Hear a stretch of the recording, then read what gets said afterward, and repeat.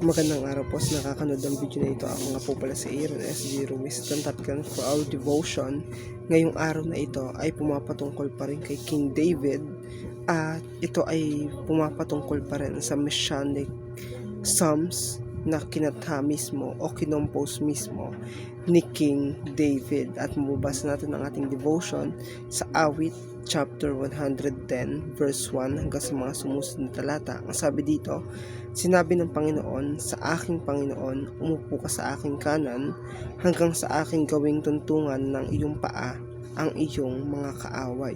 So ito ay mahalaga na maintindihan natin na si Jesus o ang ating Panginoong Jesus ang siyang pinatutungkulan dito na sinabi ng Panginoon na umupo siya sa kanyang kanan. So pag sinabi natin kanan, ito ay pumapatungkol sa authority at sa pagbibigay sa pagbibigay ng kapamahalaan sa pinamamahalaan nung Diyos Ama, At dito rin ay ating makita na si King David ay pinrophesy ang pagdating ng ating Panginoong Jesucristo.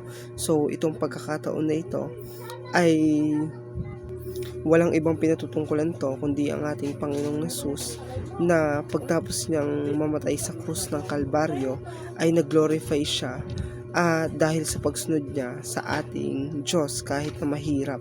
At the same time, ang si King David ay makikita dito na ang kanyang future na anak ay ayun yung tatawagin niya na Panginoon. So yung sinasabi din dito sinasabi rin sa Revelation na siya yung ugat at supling ni David, Ibig sabihin si ating Panginoong Jesus, siya yung pinagmulan ni King David at the same time sa kanya galing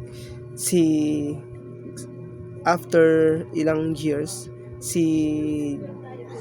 ang ating Panginoong Jesus, siya yung supling ni Haring David.